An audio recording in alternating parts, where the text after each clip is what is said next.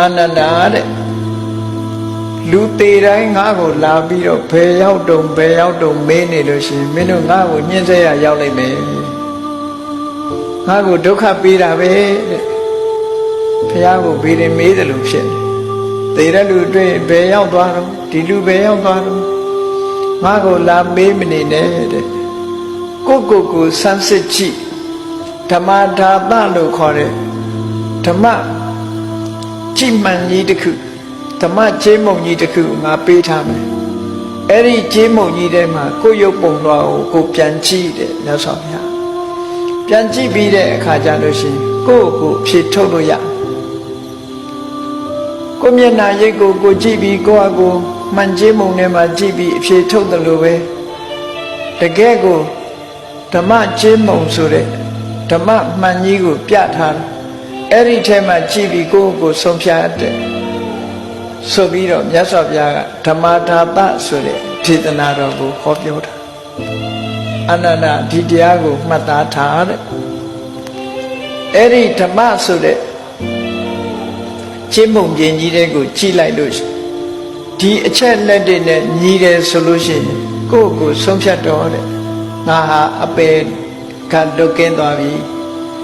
ဘယ်တော့မှအပေဘုံကိုမရောက်တော့ဘူးနောက်ဆုံးမှာငါဟာသောတာပန်ဖြစ်သွားပြီအပေတကားပိတ်ပြီလို့ကိုဆုံးဖြတ်နိုင်တယ်ကိုဆုံးဖြတ်နိုင်ဖို့ဓမ္မဒါသဆိုတဲ့တရားဒေသနာတော်ကိုမြတ်စွာဘုရားကနာတိကဟောပြောထားတယ်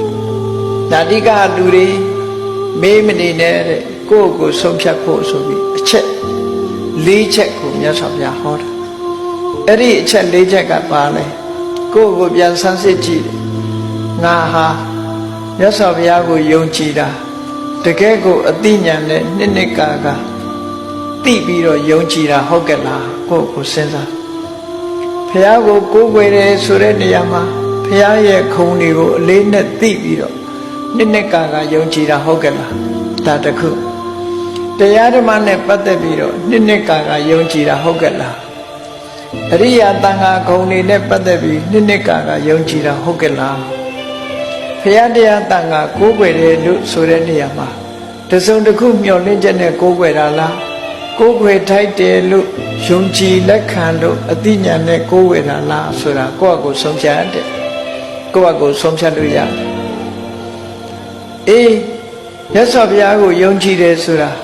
မြတ်စွာဘုရားရဲ့အသိဉာဏ်ကိုယုံကြည်လိုက်သည့်အတွက်ကြောင့်မြတ်စွာဘုရားဟောထားတာအလွဲမှားမရှိဘုရားဟောတဲ့တရားတွေ